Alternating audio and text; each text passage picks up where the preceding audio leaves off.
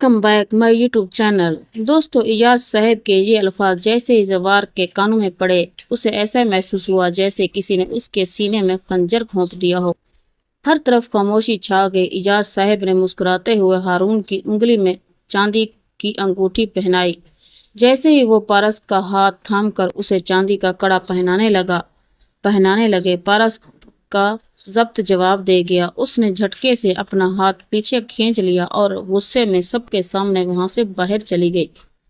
کمرے میں موجود سب لوگ یہ منظر دیکھ کر حیران رہ گئے۔ اجاز صاحب کا ہاتھ ہوا میں ہی رہ گیا اور ہارون کا چہرہ ایک دم اتر گیا۔ زوار جو ایک کونے میں کھڑا یہ سب دیکھ رہا تھا، ایک لمحہ بھی ضائع کیے بغیر پارس کے پیچھے بھاگا۔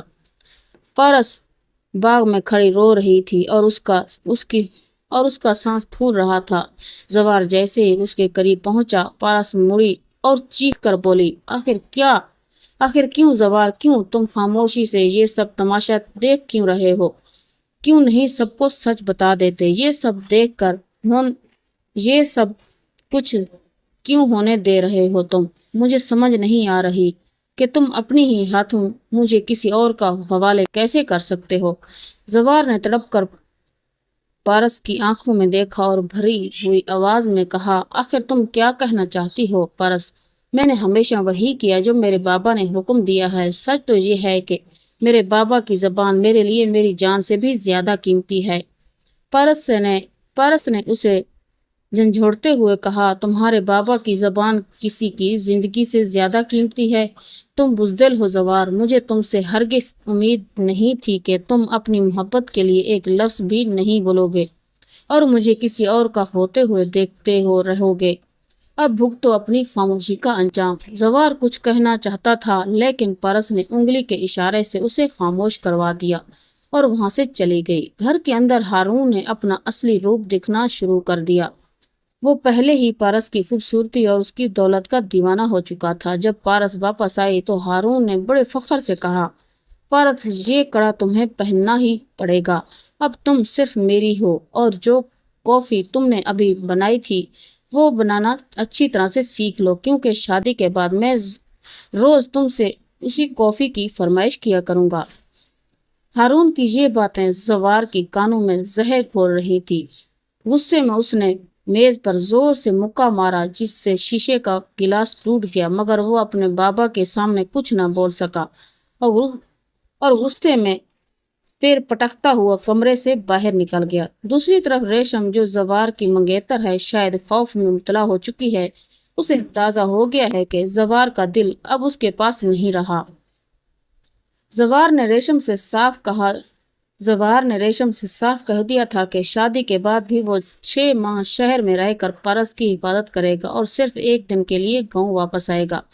ریشم یہ سوچ کر پاگل ہو رہی ہے کہ زوار شادی کے بعد بھی پارس کے پیچھا نہیں چھوڑے گا اور وہ صرف نام کی بیوی بن کر رہ جائے گی۔ ریشم نے اب ٹھان لیا ہے کہ پارس کو زوار کے زندگی سے نکالنے کے لیے وہ کچھ بھی کرے گی۔ دوسری جانب آفتاب نے بھی اپنی اصلیت کھول کر دکھانا شروع کر دی ہے۔ بہزاد شاہ نے اسے دفتر سے نکال دیا، جس پر آفتاب نے اپنے ماموں کو فون کر کے غصے میں کہا، ماموں جان، آپ کو کیا لگتا ہے پارس کے جانے کے بعد آپ کی ساری جائیداد کا وارث وہ 2 ٹکے کا نوکر ہوگا؟ میں آپ کا سگا بھانجا ہوں اور آپ نے ہمیشہ اس نوکر کو مجھ پر ترجیح دی ہے۔ یاد رکھیں، میں اپنی آنکھوں کے سامنے ساری پراپرٹی اس طرح برباد ہوتے نہیں دیکھ سکتا۔ یہ سن کر بہزاد شاہ غصے میں آ گئے۔ انہیں اندازہ ہی نہیں تھا کہ آفتاب جائیداد کے لیے اس حد تک اندھا ہو جائے گا۔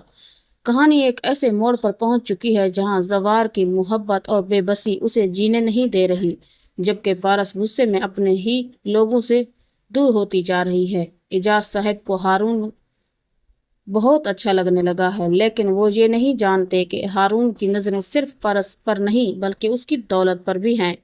آنے والی ایپیسوڈ میں آپ دیکھیں گے کہ آفتاب کھل کر اپنی اصلیت سب کے سامنے لے آئے گا اور کہے گا، وہ 2 ٹکے کا نوکر زوار، مجھے معلوم ہے آپ کی ساری پراپرٹی اسی کے نام کرنا چاہتے ہیں۔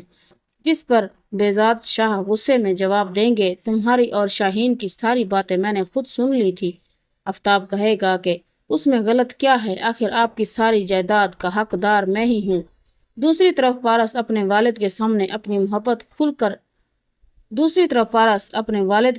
اپنی محبت کا کھل کر اظہار کر دے گی اور روتے ہوئے کہے گی، بابا میں اس لڑکے سے شادی نہیں کرنا چاہتی اور میرے صبر کا پیمانہ لبریز ہو چکا ہے۔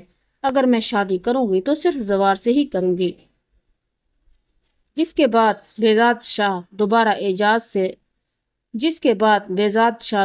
اعجاز صاحب سے بات کرنے جائیں گے اور کہیں گے کہ پارس زوار سے محبت کرتی ہے اور زوار بھی پارس سے محبت کرتا ہے۔ صرف آپ سے کیا گیا وعدہ ہی اسے خاموش رکھے ہوا ہے۔ وہ آپ کی دی ہوئی زبان توڑنا نہیں چاہتا۔ ممکن ہے کہ یہ بات سن کر اعجاز صاحب بھی خوش ہو جائیں کہ ان کا بیٹا ان کی عزت اور وعدے کی خاطر خاموش رہا، اور شاید وہ آخرکار زوار اور پارس کی شادی کے لیے راضی بھی ہو جائے۔ دوستو، آپ کو آج کی یہ ویڈیو کیسی لگی؟ کمنٹ باکس میں اپنی قیمتی رائے ضرور دیں۔ ملتے ہیں ایک نئی ویڈیو کے ساتھ۔ اپنا بہت سارا خیال رکھیے۔ شکریہ اینڈ اللہ حافظ۔